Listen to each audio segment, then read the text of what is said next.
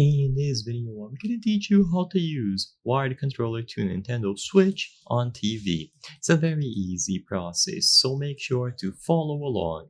If you have a controller that is compatible with the Nintendo Switch, you will be able to use it through a wired connection if you have your Nintendo Switch plugged into the dock. So for this method, you need to plug the controller into the dock.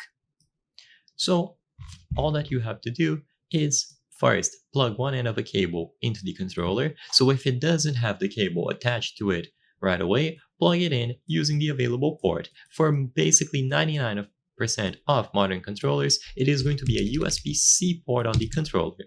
However, if you have a very old model, you might see micro USB instead.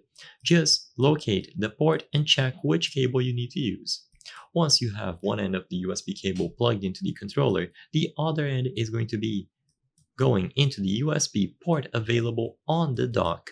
And once you have the switch placed into the dock, connected to the TV, the controller will be detected and used by the switch without any need for additional setup or downloading different applications or using adapters. It's as simple as plugging the controller into the dock that has the Nintendo Switch, and it is going to be usable on the TV.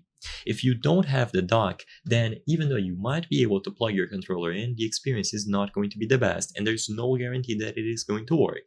If your controller doesn't work right away, it could be not compatible with the Nintendo Switch, so always check for compatibility. If you want to be absolutely sure that it works, make sure that you purchase the Nintendo Switch Pro controller, and that one is going to be designed to work with Nintendo consoles.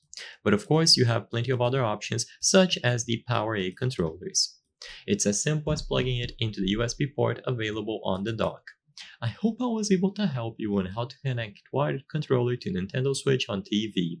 If this video helped you, please be sure to leave a like and subscribe for more very easy tips. Thank you for watching.